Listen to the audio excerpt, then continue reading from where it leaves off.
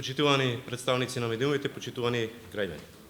Денес, како подпредседател на Собранието, предложен од најголемата опозицијска партија, врз основа на член 62 став 4 од деловникот, преку архивата, доставив допис, барање до председателот на Собранието господинот Африм Гаши, да ја задолжи Комисијата за деловнички и мандатно-имунитетни прашања да свика седница каде ќе се толкува примената на членот 126 став 3.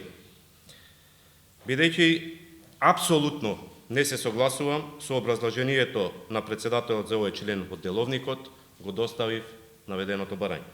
Ако врз основа на истиот член господинот Африм Гаши ја свика Комисијата за финансирање и буџет за задолжувањето од Унгарија, што реално е и негова деловничка обврска, истото може да го направи и за Законот за посебните права на припадниците на безбедносните сили.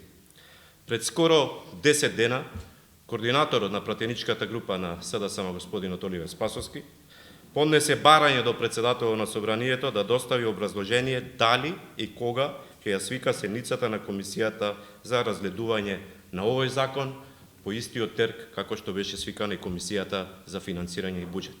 До овој момент образложение или одговор нема и најверојатно нема ни да има.